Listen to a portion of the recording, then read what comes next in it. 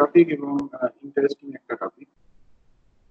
Power point presentation স্লাইডগুলো তো আমি আগে শেয়ার করে দিয়েছিলাম, তোমরা দেখেছো নিশ্চয়ই গুগল গুগল ক্লাসরুমে।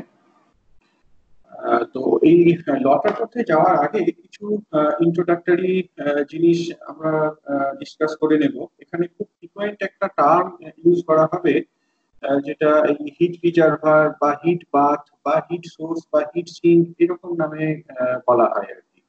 তো what is meant by a heat reservoir or a heat bath? Heat bath or heat reservoir is basically a system which is maintained at some temperature T throughout, and it is conditioned in such a way that it is capable to exchange heat only, but it cannot exchange work with its surroundings. একটা সিস্টেমের কথা ভাবো, সেই সিস্টেমটা through out সবসময় একটা নির্দিষ্ট temperature টিতে মেনটেন্ড আছে, এবং এটা এমন ভাবে কন্ডিশন রয়েছে যে যাতে করে তোমার সারাউন্ডিংস এর সাথে বা অন্য কোনো আরেকটা সিস্টেমের সাথে হিট এক্সচেঞ্জ করতে পারে, কোন রকম মেকানিক্যাল ওয়ার্কে এক্সচেঞ্জ করাটা সম্ভব নয়। এক্সাম্পল হিসাবে আমরা একটা লার্জ মাস অফ ওয়াটারের কথা ভাবতে পারি। ধরো একটা বিশাল ওয়াটার কন্টেন্টের কথা, মানে একটা বিশাল ওয়াটার কন্টেন্টের কথা ভাবছি আমরা, যেমন একটা লার্জ অ্যামাউন্ট অফ ওয়াটার এর কথা ভাবছি, যেটা কিনা একটা নির্দিষ্ট টেম্পারেচার টিতে মেনটেন করা রয়েছে।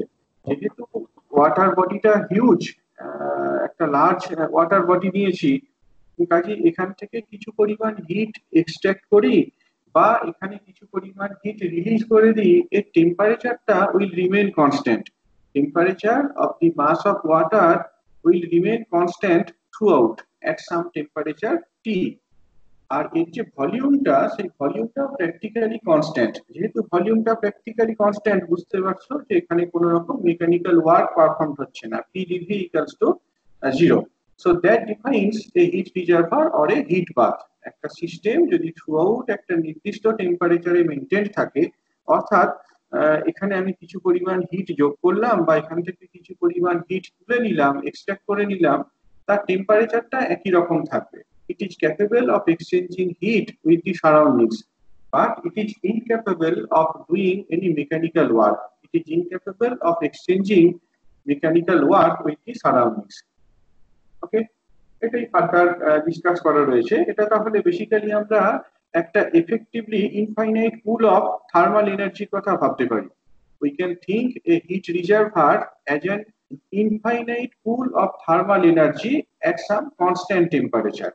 The temperature of the reservoir does not change when the heat is added or extracted because of the infinite heat capacity. যেমনটা তোমার ধরো, আমরা যখন কোনো হাইট মেজার করি, আমরা রেফারেন্স হিসাবে কি নিই? রেফারেন্স হিসাবে সি লেভেলটাকে নিই।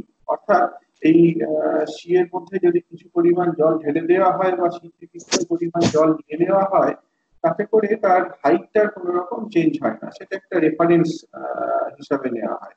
এখানেও তাই হিট রিজার্ভারটাকে আমরা একটা রেফারেন্স টেম্পারেচার হিসাবে নিতে পারি।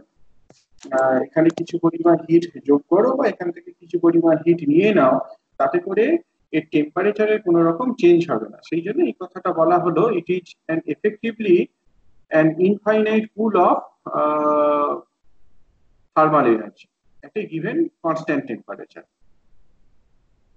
As it can act as a source or sink of the heat. Source বলতে কি বোঝায়? সোর্স বলতে বোঝায় a system that can deliver. Sink বলতে কি বোঝায়? a system that absorbs. অর্থাৎ হিট রিজার্ভারকে আমরা কখন সোর্স হিসাবে বলবো?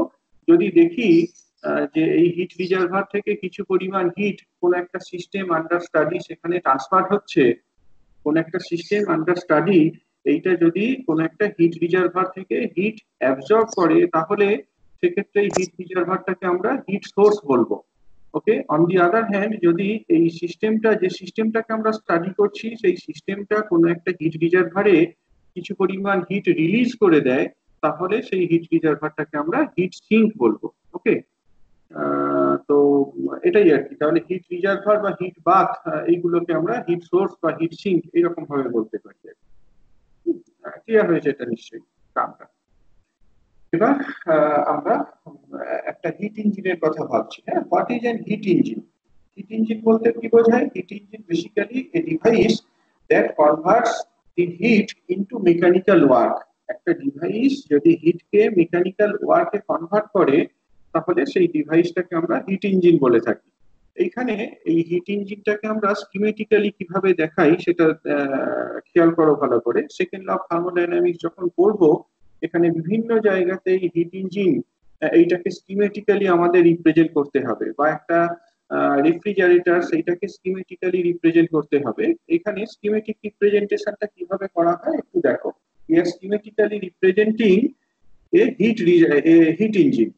Suppose you have a hot reservoir. Hot reservoir মানে যেটা বলা হচ্ছে যে টেম্পারেচারটা larger as compared to other reservoir, অর্থাৎ it is acting as a source, এটা হিট সোর্স হিসাবে কাজ করছে। একটা হট রিজার্ভারের কথা কনসিডার করো which is maintained at some temperature P1. Now you consider another heat reservoir, which I termed as cold reservoir. এটাকে আমরা কোল্ড রিজার্ভার বলছি। It is maintained at temperature T2. T2 is less than T1. Okay, অর্থাৎ এই উপরের যে রিজার্ভারটা রয়েছে এই রিজার্ভারটা basically acts as the source, এটা সোর্স হিসাবে কাজ করছে। আর নিচে যে রিজার্ভারটাকে দেখিয়েছি it acts as the sink, নিচে রিজার্ভারটা হিট সিঙ্ক হিসাবে কাজ করছে। In between you have an heat engine, এদের মধ্যে একটা হিট ইঞ্জিন অপারেট করছে। মানেটা কি রকম? It is basically absorbing some amount of heat from the hot reservoir. এই হিট ইঞ্জিনটা হট রিজার্ভার থেকে কিছু পরিমাণ হিটকে অ্যাবজর্ব করছে, আর it is converting it is releasing some amount of heat into the cold reservoir. এটা কিছু পরিমাণ হিটকে কোল্ড রিজার্ভারে রিলিজ করে দিচ্ছে। the rest is being transferred in mechanical work. বাকি যে পার্টটা Q1 এনার্জি অ্যাবজর্ব করছে, Q2 এনার্জি রিলিজ করছে, বাকি কতটা পড়ে থাকে Q1 মাইনাস Q2, এই যে জিনিসটা এইটা কনভার্টেড হচ্ছে ইনটু মেকানিক্যাল ওয়ার্ক। এটাই কিন্তু আমাদের আউটপুট, এটাই হচ্ছে একটা হিট ইঞ্জিনের আউটপুট। একটা হিট ইঞ্জিনের অবজেক্টিভ হচ্ছে to convert the heat into mechanical work. তাহলে ইনপুট বলতে কোনটা বোঝাচ্ছে? ইনপুট এনার্জিটা Q1, input energy is the energy which is receiving from the hot reservoir, আর ওয়ার্ক আউটপুট বা এনার্জি আউটপুট বলতে কি বোঝানো হচ্ছে? W, মেকানিক্যাল ওয়ার্কটা, যেটা বেসিক্যালি Q1 মাইনাস Q2 এইটার সাথে সমান। এখানে কিন্তু আমরা যে প্যারামিটার গুলোর কথা বললাম Q1, Q2, W, এইগুলো সব একটা সাইক্লিক প্রসেসের যে নেট আউটকাম সেইটাকে বোঝানো হচ্ছে। অর্থাৎ এই হিট ইঞ্জিনটা কোন একটা ওয়ার্কিং সাবস্টেন্স রয়েছে, এখানে হিট ইঞ্জিনের মধ্যে কোন একটা ওয়ার্কিং সাবস্টেন্স রয়েছে, সেই ওয়ার্কিং সাবস্টেন্সটা একটা কমপ্লিট থার্মোডাইনামিক সাইকেলের মধ্য দিয়ে যাচ্ছে। এই থার্মোডাইনামিক সাইকেলটা পারফর্ম করতে একটা সাইকেলে Q1 হিট অ্যাবজর্ব হয়েছে, একটা সাইকেলে Q2 অ্যামাউন্টের হিট রিলিজড হয়েছে, আর ওই সাইকেলে W অ্যামাউন্টের মেকানিক্যাল ওয়ার্ক পারফর্ম হয়েছে। তাহলে যেটা বললাম Q1 is the input energy and W is the output energy. We can thus define the efficiency of the heat engine. এই ডিভাইসটার এফিসিয়েন্সিটাকে আমরা ডিফাইন করতে পারি কিভাবে? যেভাবে ডিফাইন করা হয় এফিসিয়েন্সি নরমালি, output by input, energy output by energy input. So efficiency of the heat engine is defined as the work output with respect to heat input, that is W by Q1. W by Q1 এরকম ভাবে আমরা তাহলে এফিসিয়েন্সিটাকে define করি।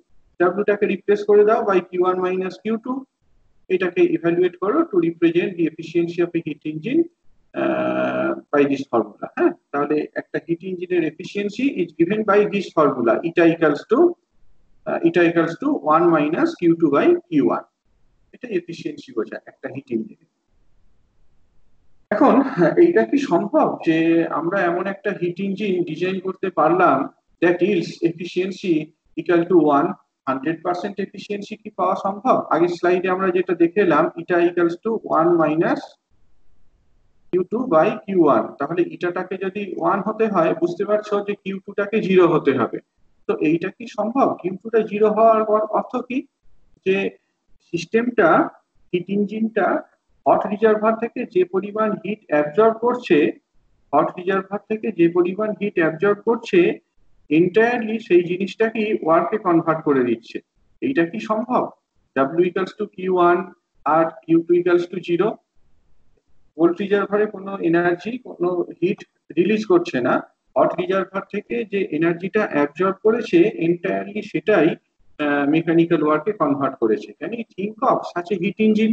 যদি এরকম হতো তাহলে ডেফিনেটলি বুঝতে পারছো যে এফিসিয়েন্সি যদি 1 হয়, 10% এফিসিয়েন্সি মানে that would be the perfect case. কিন্তু আমরা পরে দেখবো, ইনফ্যাক্ট এটাই হচ্ছে তোমার সেকেন্ড ল অফ থার্মোডাইনামিক্স এর একটা স্টেটমেন্ট, থিওরিটিক্যালিও কিন্তু আমরা এইরকম একটা জিনিসের কথা ভাবতে পারি না। Theoretically, we cannot think of a heat engine that is capable of delivering efficiency 100%. Okay? Even if we can think of an ideal heat engine, এই যে থিওরিটিক্যালি কথাটা বললাম, থিওরিটিক্যালিও কিন্তু এটা সম্ভব নয় যে আমরা 10% এফিসিয়েন্সি পাবো একটা এ থেকে, হিট ইঞ্জিন থেকে। So even an ideal heat engine cannot deliver 10% efficiency. Okay?